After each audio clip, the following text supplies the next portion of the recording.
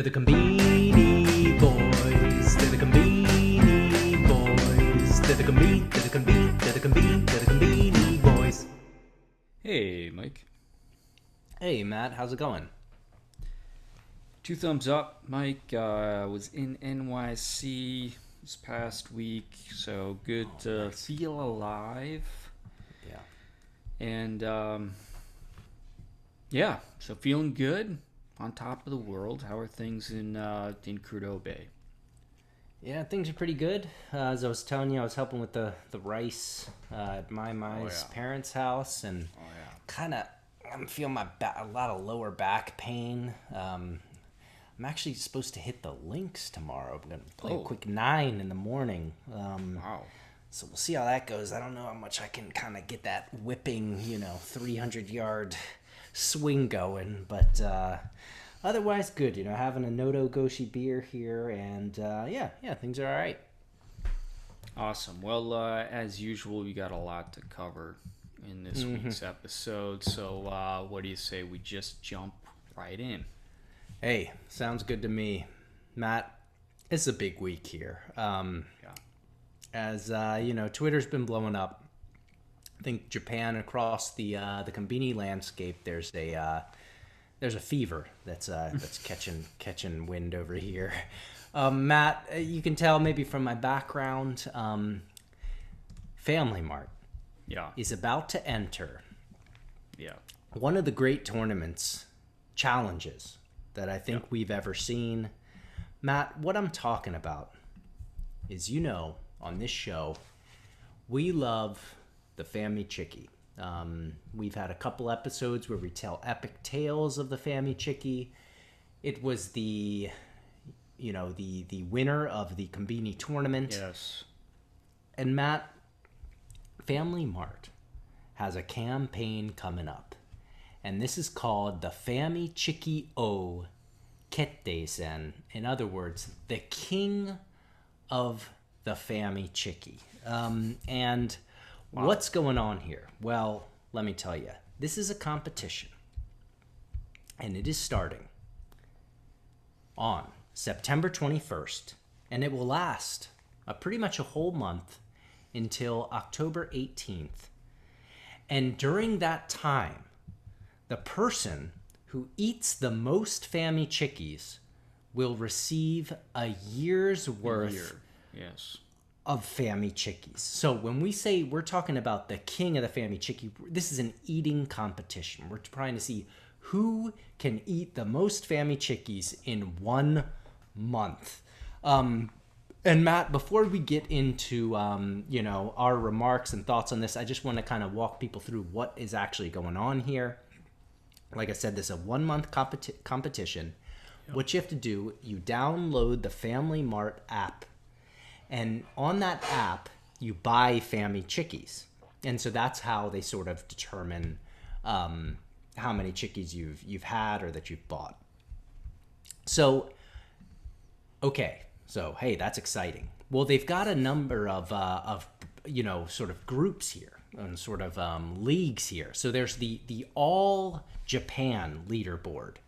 First place for a whole year of Famichikis. Second place, 3 months of Famichiki. Third place, month's worth of Famichikis. Matt, they've also got not just the across the country, they have the regional. So each prefecture leader. If you're the leader, you're in the top 10 of your prefecture, you get 1 week's worth of Famichikis. Yes. And they also have it by store. So if you are the king of your local Family Mart, you receive a 100 yen coupon for 100 yen off a Famichiki. A Famichiki for 100 yen. I'm not exactly sure. But, Matt. So this is what's going on. It's not just across the whole country. This is regional. This is, local.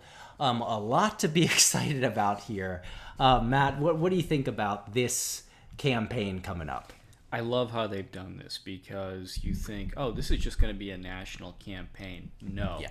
There are going to be battles in the streets, on the corners, inside your local Family Mart to be the champion of the Famichiki.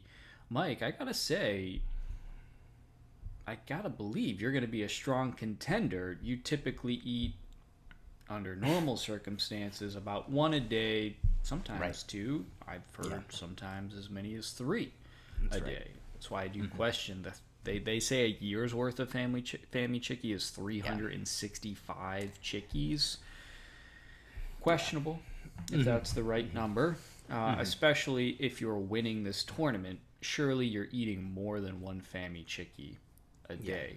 Still, no, I gotta believe you're a strong contender, Mike, and I want to volunteer myself right now as your coach. Okay, so this starts on September 21st. We don't have a lot of time to train.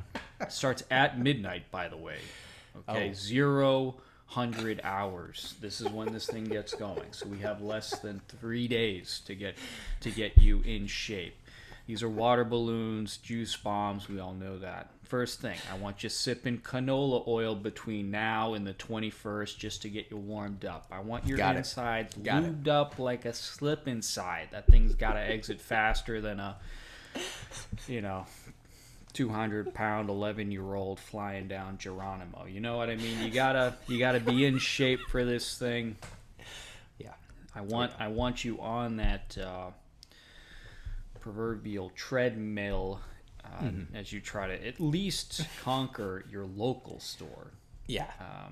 National championship, I gotta believe there's some real heavy hitters out there. Yes. I don't know if it'll be interesting what this tournament reveals in terms of the evolving eating habits of the Japanese population. But I want you in shape to at least challenge your local Family Mart. Thanks, Matt. It's nice to know I've got your support. I got a couple things I'm thinking about here. All right. Let me just, first off, there's one point that I'd like to that I'm a little worried about. It says, it's counting by how many you buy. That's a little bit of a problem there. I wish that it was, you had to videotape yourself eating each one, show the, USB code for each chickie that you eat as you're eating it. Theoretically, that would be the best. Because, they could do like an RFID tag and follow it into your digestive tract. That could be the trigger for confirming you've consumed one. I don't know if they've thought about this. Yeah, well, let's be honest, I don't think they, I think they didn't think too hard about it. They just want to sell a bunch of Famichikis. But, all right, Matt, on to the point of what I'm going to try to do here, and I appreciate the support. I got to say, Matt, all right, a couple things going through my head.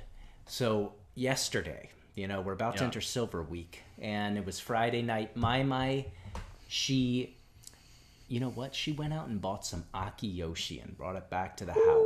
Akiyoshi, the legendary yakitori. So, last night I was... greatest meals you can eat.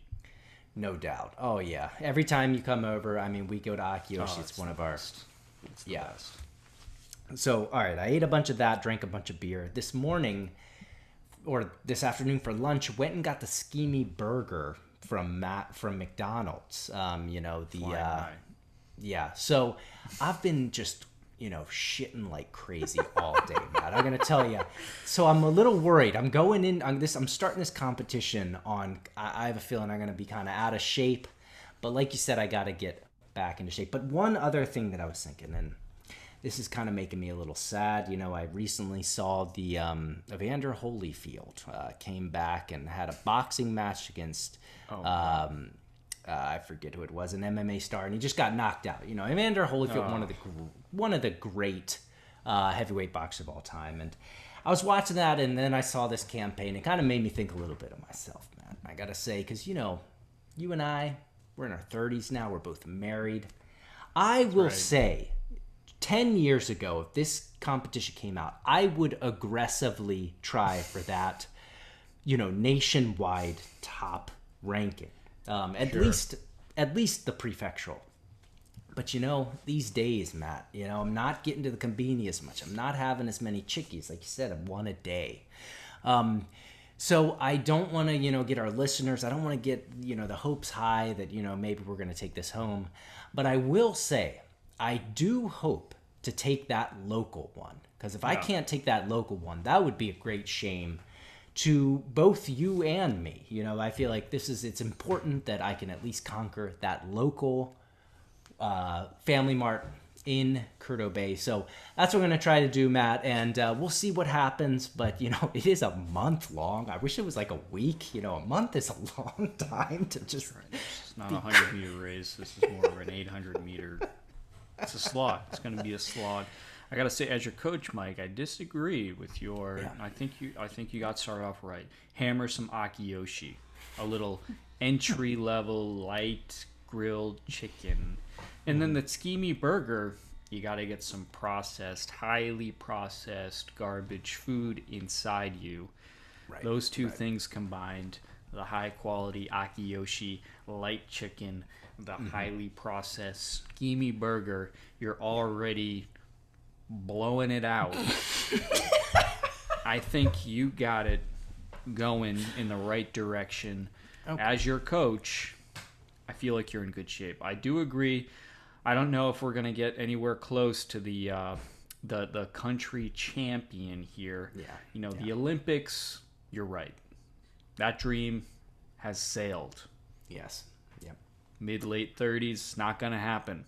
Not going to happen. But we can compete in the the local slow pitch softball game. That's right. On the corner here. That's where we shine. Yeah. So yeah. Well, I appreciate the encouraging words. I'm going to do my best, and I know, with you at my side, coaching me along the way, I think we can make it happen, at least at the local level. And so, yeah, we'll have to see what happens over this month long slog here. But I'm looking forward to it. Hey, any excuse to eat some Famichiki. All right, Mike. Well, we got to move on to what else? The Chiki Wars. We got more Chiki to talk about, Mike. We got 2 Chikis. Actually, really just 1 Chiki out this week, and I gotta say, it's pretty exciting. Yes, it is. This is coming out of Lawson, Mike. We have the Wild L Chiki Bone in Black Pepper. Let me break this down here. We have not just a... they have a breast, a breast, but it's got the chicken wing still attached to it, so it's almost it looks kind of like a pistol. You hang on to that chicken wing, and you're holding like a 9mm, but it's a big piece of fried chicken. Yeah, and then it's got 3 types of black pepper. We've seen that many times before, and I will say, at least the image Lawson's created here, they're not shy with that black pepper. That thing got rained down on by a pepper mill. But no doubt the big feature here, Mike, is that chicken wing handle. Yeah. I gotta believe the way you tackle this is you hold it by that chicken wing handle, and you just bite down on that breast, and then you close it all off by sucking down the chicken wing. I was a little surprised to see a bone this early in the game, but this is not the normal bone that you see. This is a chicken wing, again, still attached, I guess, to the... Wait, are chicken wings the breast? They're not connected to the breast? They're connected to the thigh, right? I think so. Oh, so this is some sort of fusion technology they're using to attach. Yeah, and they certainly don't attach at a 90-degree angle here. All right. Yeah. This is getting a little troubling as I break this down further here. All right. Interesting. Yeah. Yeah, as you were breaking it down, that's my first thought as well. This 90-degree angle was it. At first, I thought this was the regular old bone-in boy where you got the handle. We're talking the drumstick. But then, as you were talking and describing this thing, this is a 90-degree angle. Almost looks like a Totoro. I don't know if our listeners know this famous Ghibli character. Yes, this kind of like Totoro head popping out of there. Yes. And yeah, it is a little troubling. As you were saying, I don't think that the wing normally connects to the breast, but who knows? Maybe they got some special chickens. This is a 250 yen chicken. That's a pretty hefty price there. 370 calories. I mean, that's a meal in itself right there. Sure is. But yeah, this is very interesting. I'm interested to see how this thing all connects together. But that looks like a full chicken breast, at least. So this is a hefty boy, and yeah, I'm interested to see how this turns out. Yeah, also worth noting, this goes on sale the 21st of September. That is the first day of the Famichiki contest, so you're going to have to play this carefully. As your coach, I have to advise you to try this because even though it's going to fill you up, this fusion technology, again, the wing at a 90-degree angle to the breast. What is happening there? It's got to be looked into. That is not a natural thing by any means. Okay, so that's our first chickie out this week. The next one, Mike, not really. This is not new. Yeah. This is Lawson. It's Karaage-kun Lemon, but the big thing here is they have a Pokemon on the package. So they have Squirtle, the sort of first iteration of the water tortoise Pokemon. I believe he eventually evolves into Squirtle. Then who does he eventually? I can't remember. Well, anyway, Squirtle is a Pokemon, but nothing to see here in terms of flavor. Is that right, Mike? Yeah, no, I totally agree. I'm pretty sure just about a month ago we saw another lemon-flavored Karaage-kun that was a mix-up or a tie-up with the Sakurazaka girls group. That's right, yeah.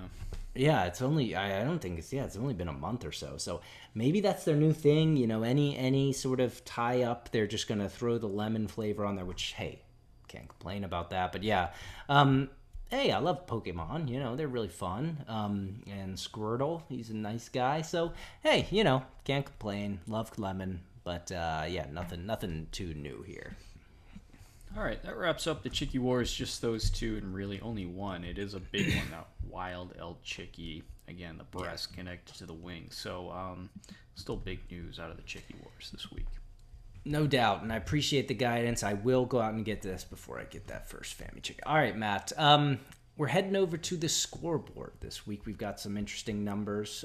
So here we go. Family Mart, 35 new items. Lawson, 39. 7-Eleven, 113. Mini Stop, 30. Daily Yamazaki, 15. Seiko Mart, 7. And New Days, 14. What do you think? Couple surprises here this week, Mike. Family Mart, below Lawson in terms of items. I did count twice to be sure, and again, it is only 35 out this week. So that was certainly a surprise. Nice to see 7-Eleven back over the century mark.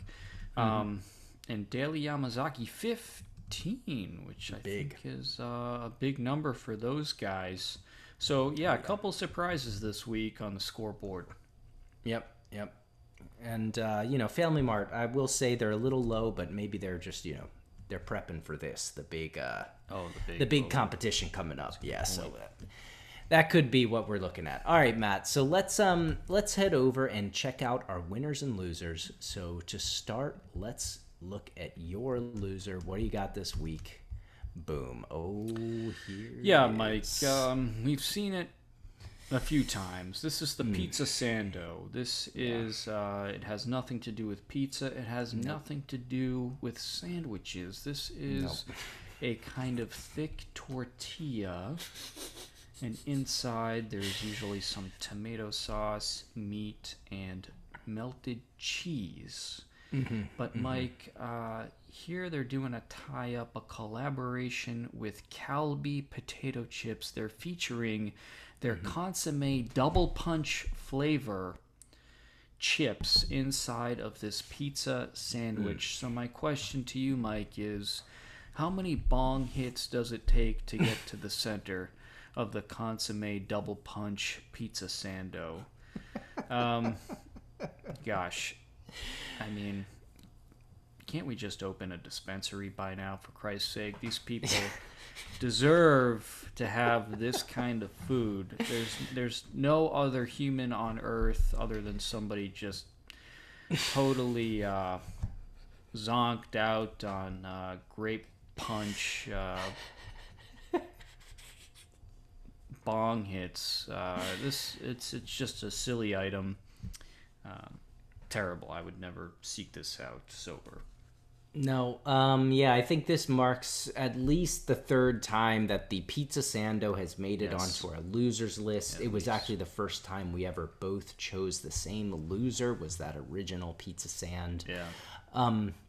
Yeah, the consomme double punch, just completely random. Like, why would you want the double punch consomme flavored pizza sand? And look at the picture. I mean, what the hell is this? It doesn't make any sense. We got the cheese, okay, but is that supposed to be consomme double punch flavored goo underneath there? I don't know. And let's be honest.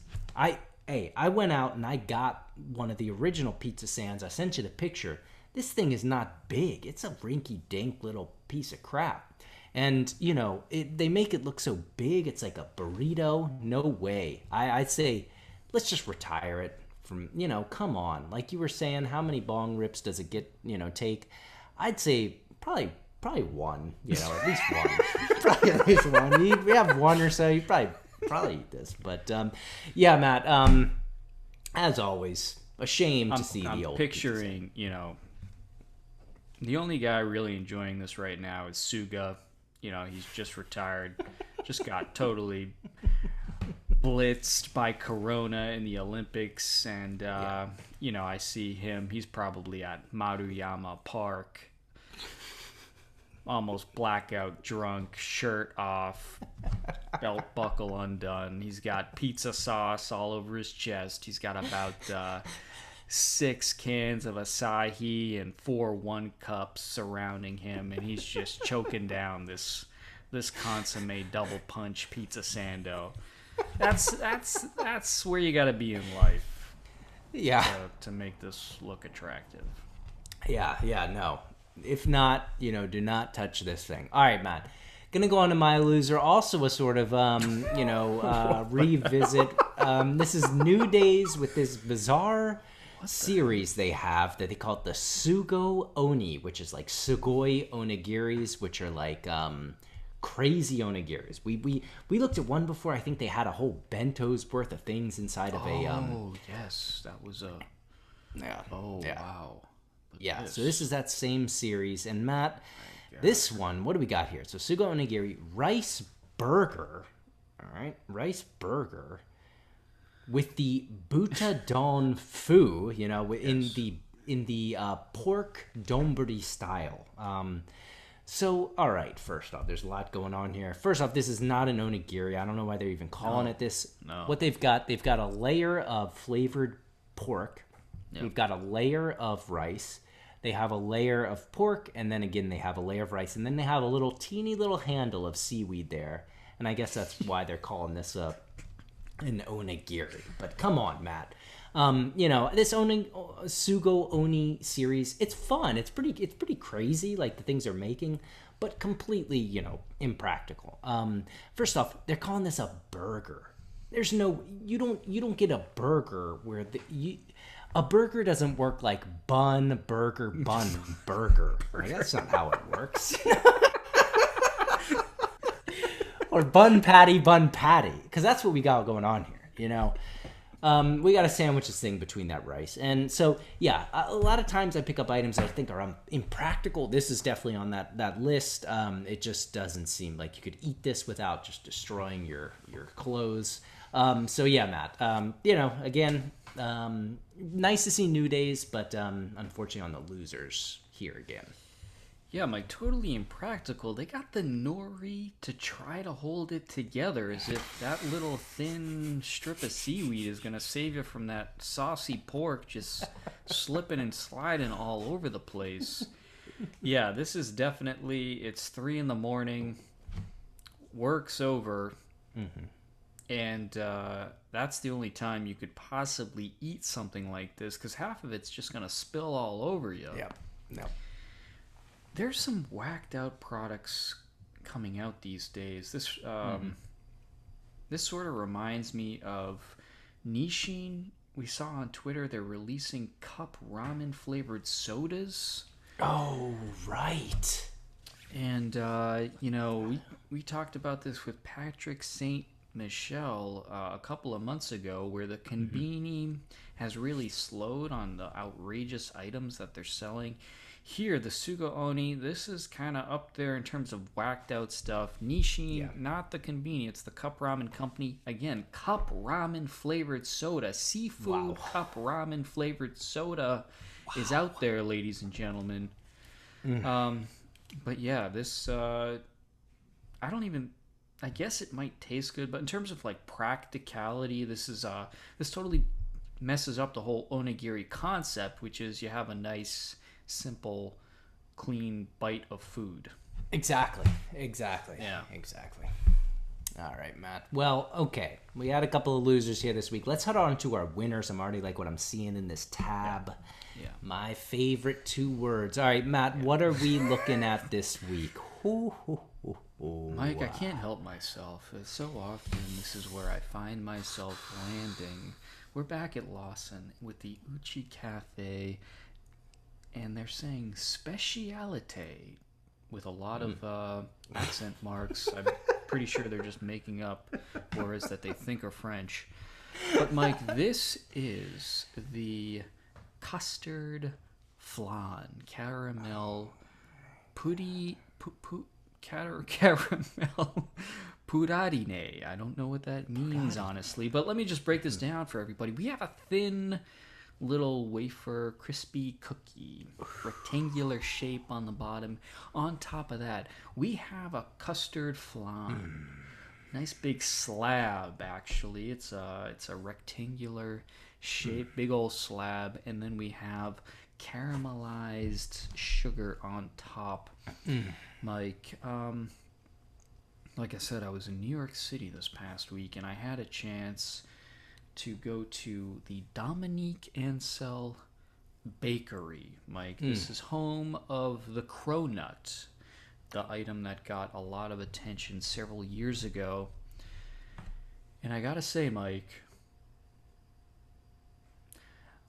this item, well, I won't go that far. This bakery actually had some really good looking stuff in there. The cronut was not one of them. I was hugely disappointed by the cronut. It's way too sweet. But this is an item that would fit very well in the glass case of that bakery. I could see it sitting there. This gorgeous flan custard sitting amongst an array of just luscious, colorful looking cakes. Not the cronut. The cronut kind of sucked. For me, personally, wasn't a fan. The other stuff in this bakery was tremendous. This is where that would belong. Not in the garbage cronut, but in the array of beautiful miniature cakes and sweets a master pastry chef had created. Matt, yeah, this is beautiful. And this is a type of sweet that I think is the first time I've seen out of Uchi Cafe, and not really in Japan as well, as the flan. And let's be honest, I mean, that custard flan is the sort of, the main show there, but don't sleep on that. Exactly. That beautiful. I think that's the purarine. Oh, the purarine. Okay, on the bottom there. Is that what that praline? Oh, praline. Okay, well that would make sense, I guess. But just looks like a really crispy, buttery, cookie or biscuit underneath there. Yes.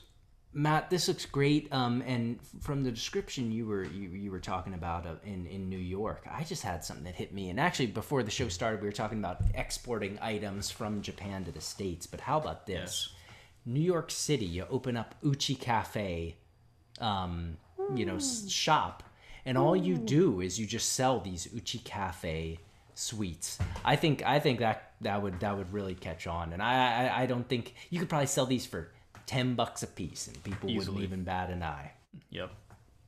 Just call it the Uchi Cafe. Don't even change the branding. Yeah, people would line up out the door.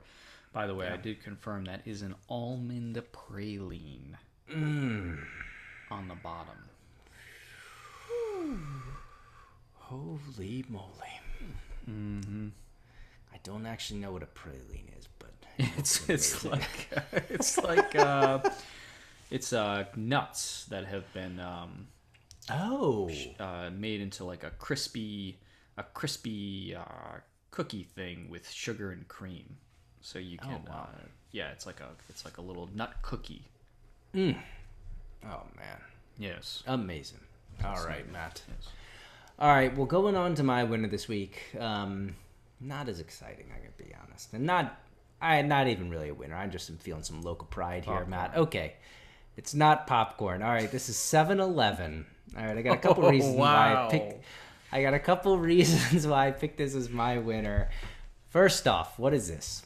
This is the Toyama Black, which is their famous style of ramen here in Toyama. The Toyama Black ramen. Nice. It's a really dark soy sauce flavored, almost like a black broth that you have the noodles in. Anyways, why I picked this up, two things. We talked about, and we're going to have to come back and revisit this at some point.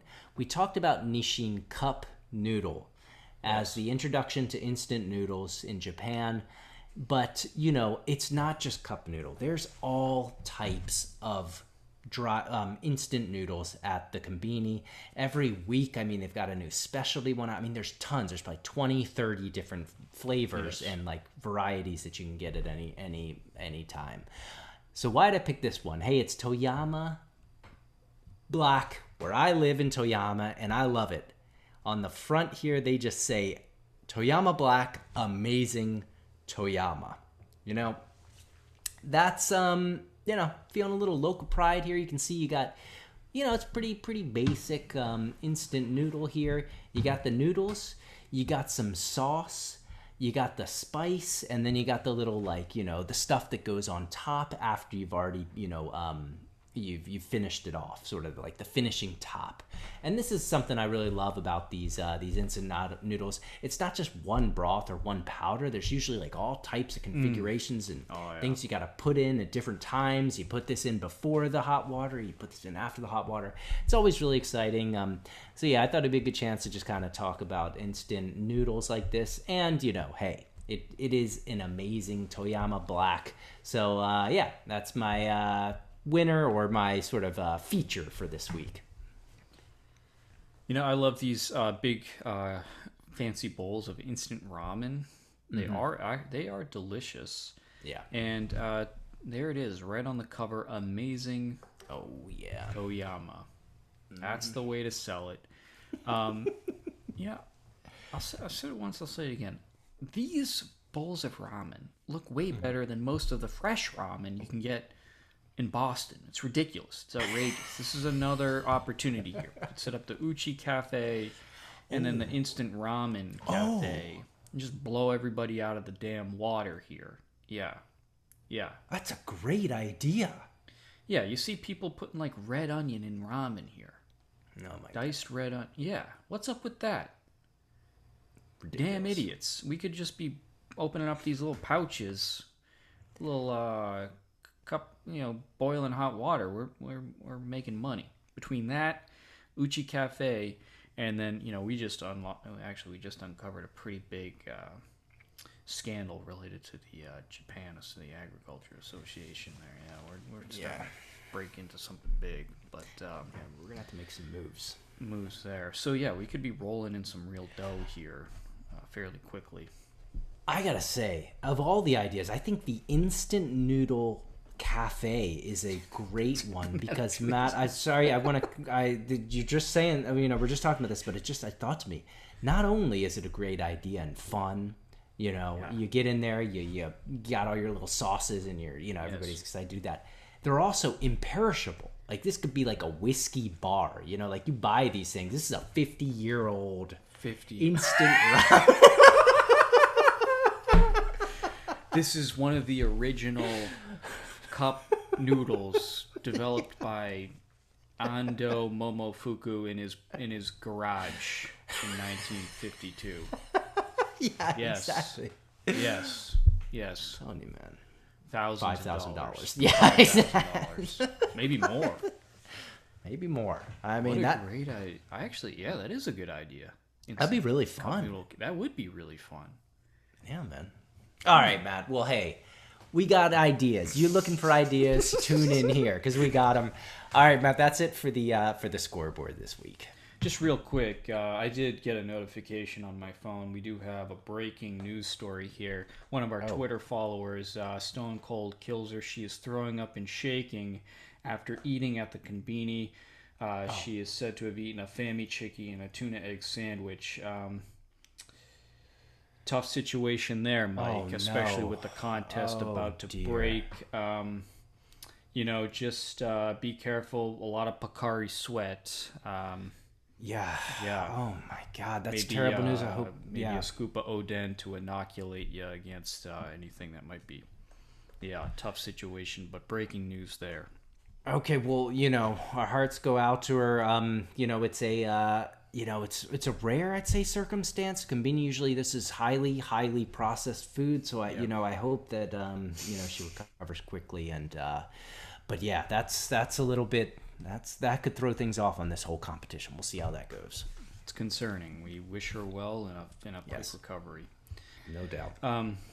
Okay, Mike, it's off now to my favorite segment each week. That's At the Gemba with Mike. The Gemba, of course, the place where the action happens. Mike, you're at the Gemba.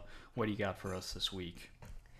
Matt, I got the Tsukimi Burger. We were talking about it last week. For my loser last week, Family Mart had a Tsukimi Burger. Tsukimi, again, remember, is looking at the moon. It's a common pastime in the autumn in Japan. You look at the moon, it's really big and it's really nice.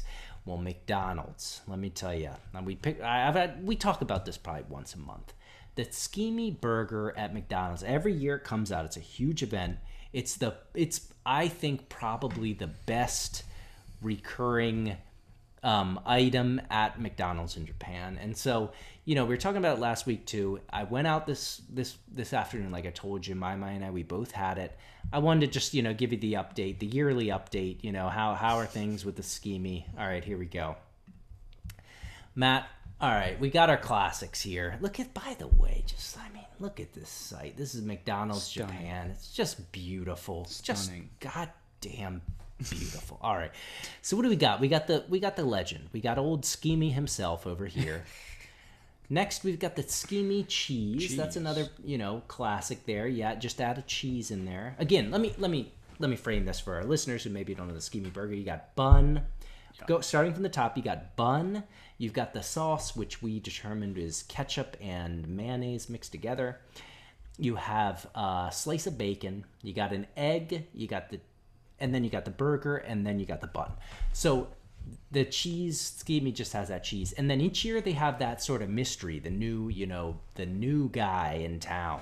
And this year that is the Noko Torori Schemey. And that's what I had today, as you can see. Oh, exciting. What this makes this special, it's just a Schemey cheese. But at the bottom, Matt, they've got Torori cheese. That's cheese. right. Oh. Yeah, melty cheese sauce sort of stuff. Yeah, and I gotta say, hey, 5 stars. What are we talking about? I mean, it's the greatest. It's the best item probably out of McDonald's. I love it. I really encourage anyone in Japan, get out there, get the Schemey Burger. It's the best thing that they've got in McDonald's in Japan. So anyways, all right, Matt. Yeah, so that's the yearly check-in on the Schemey. Any words on the Schemey? No, just, a lot of people, again, you're dreaming of Jiro.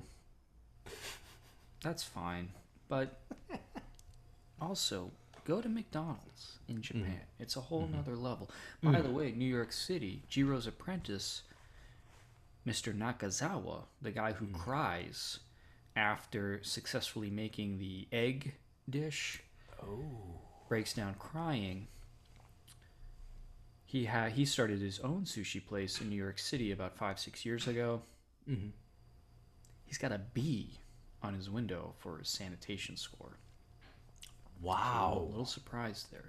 But anyway, back to the Tsukimi. We'd be remiss if we didn't also mention the other array of products we have here. We have the Tsukimi Pie, which looks tremendous. That's got anko and I think mochi inside of a fried pie crust. We've got the Tsukimi McShake, which looks outstanding as well. And maybe, what looks the best to me is the McFlurry Tsukimi, which has warabi, mochi, and crudo mitsu, which is like a sweet, almost like a honey that gets dusted over. But this looks like quite an array of products here. Yes, it does, Matt. Yeah, thank you for calling out the other team here. You're right. I mean, the pie is every year. That's a classic, and every year we get a couple sweets. So yeah, Matt. Just that yearly check-in on the Tsukimi Burger at McDonald's. It's good as ever. Can't be replicated. If you want your Schemey, go to McDonald's. All right, Mike, that wraps up this week's episode. Thanks to everybody for listening. We'd like to give a special shout out to everybody supporting the podcast. That's Professor H, Carrie G. St. Michelle, Group Japan, Jeff Bailey, Anonymous. If you'd like to support the podcast, head over to buymeacoffee.com/convenientboys and buy us a chickie. Also, please rate and share the podcast on Apple Podcasts, Spotify, however you get your podcasts. If you want to see what we're talking about, check us out on YouTube, subscribe and like. And you can join the conversation on social. We're especially active on Twitter. If you have a convenient memory or a convenient composition, head over to anchor.fm/convenientboys. Leave us a message and we'll play it on the podcast. Thanks, everybody, for listening. And hey, Mike, I'll see you at the convenient. See you at the convenient, Matt.